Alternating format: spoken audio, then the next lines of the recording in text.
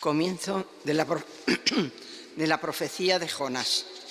El Señor dirigió su palabra a Jonás, hijo de Amitai, en estos términos: ponte en marcha, ve a Nínive, la gran ciudad, y llévale este mensaje contra ella, pues me he enterado de sus crímenes. Jonás se puso en marcha para huir a Tarsis, lejos del Señor. Bajó a Jaffa y encontró un barco que iba a Tarsis. Pagó el pasaje y embarcó para ir con ellos a Tarsis, lejos del Señor. Pero el Señor envió un viento recio y una fuerte tormenta en el mar, y el barco amenazaba con romperse.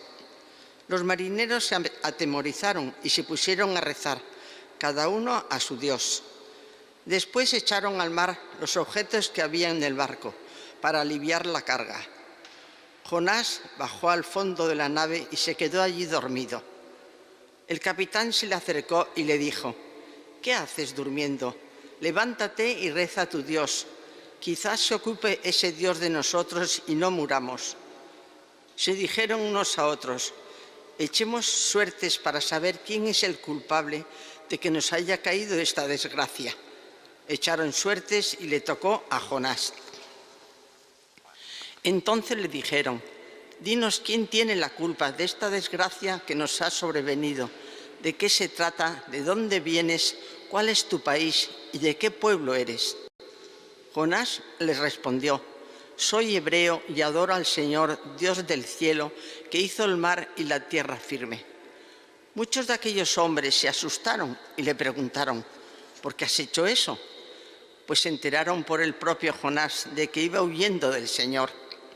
Después le dijeron: ¿qué vamos a hacer contigo para que se calme el mar? Pues la tormenta arreciaba por momentos. Jonás le respondió: agarradme, echadme al mar y se calmará.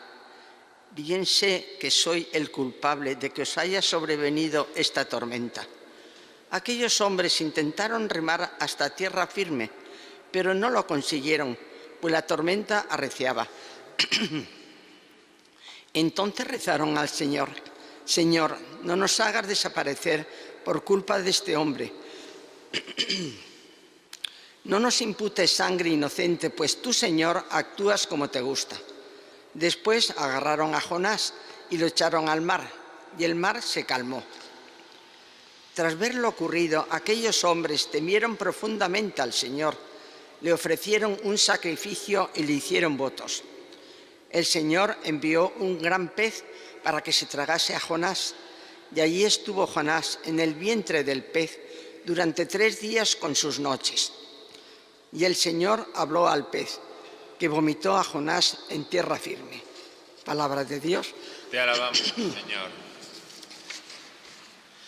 Tú, Señor, me sacaste vivo de la fosa. Tú, Señor, me sacaste vivo de la fosa. Invoqué al Señor en mi desgracia y me escuchó. Desde lo hondo del abismo pedí auxilio y escuchaste mi llamada. Tú, Señor, me sacaste vivo de la fosa. Me arrojaste a las profundidades del alta mar. Las corrientes me rodeaban. Todas tus olas y oleajes se echaron sobre mí. Tú, Señor, me sacaste vivo de la fosa. Me dije: expulsado de tu presencia, ¿cuándo volveré a contemplar tu santa morada? Tú, Señor, me sacaste vivo de la fosa.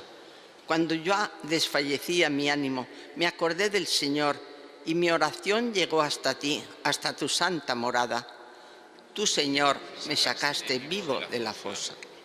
Aleluya, aleluya, aleluya. Os doy un mandamiento nuevo, dice el Señor, que os améis unos a otros como yo os he amado. Aleluya, aleluya, aleluya.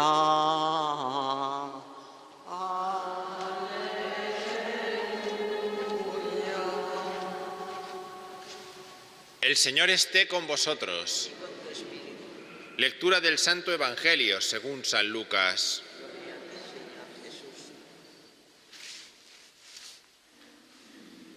En aquel tiempo se levantó un maestro de la ley y preguntó a Jesús para ponerlo a prueba: Maestro, ¿qué tengo que hacer para heredar la vida eterna? Él le dijo, ¿qué está escrito en la ley? ¿Qué lees en ella? Él respondió, amarás al Señor tu Dios con todo tu corazón y con toda tu alma y con toda tu fuerza y con toda tu mente, y a tu prójimo como a ti mismo. Él le dijo, has respondido correctamente, haz esto y tendrás la vida. Pero el maestro de la ley, queriendo justificarse, dijo a Jesús, ¿y quién es mi prójimo? Respondió Jesús diciendo, un hombre bajaba de Jerusalén a Jericó, cayó en manos de unos bandidos que lo desnudaron, lo molieron a palos y se marcharon, dejándolo medio muerto. Por casualidad, un sacerdote bajaba por aquel camino y al verlo dio un rodeo y pasó de largo. Y lo mismo hizo un levita que llegó a aquel sitio. Al verlo dio un rodeo y pasó de largo. Pero un samaritano que iba de viaje llegó a donde estaba él y al verlo se compadeció y acercándose le vendó las heridas, echándoles aceite y vino y montándolo en su propia cabalgadura lo llevó a una posada y lo cuidó. Al día siguiente, sacando 2 denarios, se los dio al posadero y le dijo, cuida de él y lo que gastes de más yo te lo pagaré cuando vuelva. ¿Cuál de estos 3 te parece que ha sido prójimo del que cayó en manos de los bandidos? Él dijo, el que practicó la misericordia con él. Jesús le dijo, anda y haz tú lo mismo. Palabra del Señor.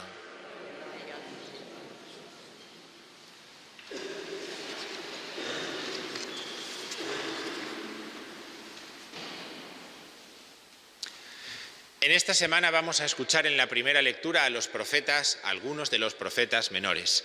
Hoy comenzamos a escuchar a Jonás, después escucharemos la profecía de Malaquías. Y en la lectura de Jonás que acabamos de escuchar, podemos fijarnos en cómo, más lejos de lo que el hombre pueda huir de Dios, alcanza Dios con su misericordia. Dios le pide a Jonás que predique en Nínive, que hoy sería Bagdad, era la gran capital de Asiria, un lugar de perdición y de maldad. Y como Jonás no desea la conversión de Nínive, porque considera que en Nínive, por sus pecados, lo que tiene que hacer es padecer y ser destruida, Jonás decide huir. Y entonces va hasta Jaffa, lo que hoy sería Tel Aviv, para coger desde allí un barco que le traiga a España, prácticamente, a la otra punta del Mediterráneo. Lo que sucede es que cuando el hombre quiere huir de Dios, puede llegar a querer ir muy, muy lejos de Él. Pero el barco, en su ida, como hemos escuchado, casi naufraga, en otra escena que es realmente sorprendente en esta historia que hemos escuchado. Mientras que aquel que es el fiel del Señor, el fiel del pueblo de Israel, duerme y se esconde, los otros personajes, los otros en el barco, paganos todos ellos, oran a sus dioses e incluso oran al Dios de Jonás para pedir ser salvados de la tempestad. Nos recuerda esta paradoja a la que encontramos también en el Evangelio que hemos escuchado, donde los israelitas, el sacerdote y el levita no paran a atender al pobre que estaba apaleado, medio muerto en el suelo, y es un samaritano, un extranjero, el que sí para curarlo. De esta forma, con estos 2 ejemplos tan parecidos, en Jonás y en el Evangelio, podemos fijarnos en cómo la misericordia de Dios alcanza hasta donde no llegan la ira, el desinterés de los hombres o la indolencia. Y sabiendo que el amor y la misericordia de Dios alcanzan hasta esos lugares tan escondidos para nosotros? En lo profundo de nuestro corazón, al escuchar estas palabras del Evangelio, brota una palabra, una luz de esperanza. Ni Jonás en su huida puede escapar del amor de Dios que llama a todos los hombres sin exclusivismos, sin elitismos, sin ninguna forma de egoísmo. En realidad, si hacemos un poco de memoria en la Sagrada Escritura, ya hemos encontrado cosas parecidas. Moisés ya puso en duda su posibilidad de participar en el plan de Dios por sus propias debilidades. También Jeremías, Oseas, son otros profetas que se resisten a aceptar el plan de Dios. Elías llegó a pedir a Dios que le quitara la vida para no tener que seguir huyendo y siendo fiel al Señor. Y Jonás, como hemos escuchado, coge un barco que le lleve a la otra punta del continente. Pero el amor de Dios siempre encuentra los caminos para hacerse cercano a los hombres, también a cada uno de nosotros. El perdón de Dios alcanza lejos, alcanza muy lejos, hasta más lejos llega esa misericordia del Señor hacia Jonás, hacia los náufragos, hacia Nínive. Sin embargo, dos signos en la lectura que hemos hecho del libro de Jonás nos anuncian lo que Jesús también anuncia en el Evangelio, y es que ese amor y esa misericordia del Señor no aparecen por las buenas, sino que vienen por Jesucristo. Se nos han dado por Jesucristo.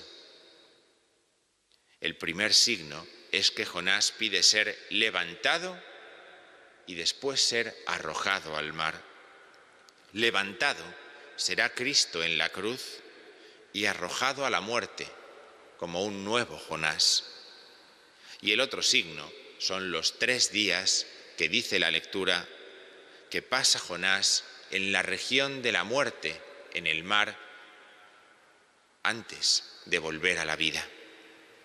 Cristo se ha hecho el buen samaritano para nosotros, viniendo a un país lejano como es este en el que nosotros vivimos, en este mundo de perdición y de pecado, para dar la salvación, para dar la esperanza, pero lo ha hecho por medio del abajamiento, lo ha hecho por medio de la muerte y la resurrección. ¿Cómo acoger entonces también nosotros la salvación que viene a buscarnos hasta todo lo lejos que nosotros podamos escondernos? Aceptando la muerte y resurrección del Señor, aceptando esa dinámica también en nuestra propia vida, con la obediencia que le falta a Jonás, con la fe firme y misteriosa que tienen aquellos marineros asustados, con la caridad con el prójimo que muestra el buen samaritano. ¿Hacia quién tengo yo que mostrar esa caridad en este día de hoy? ¿Dónde es necesario que ponga yo, que diría San Francisco de Asís, amor o perdón o fe en el Señor? No vayamos lejos nosotros de la propuesta del Señor. Tengamos hoy un corazón dócil a su llamada.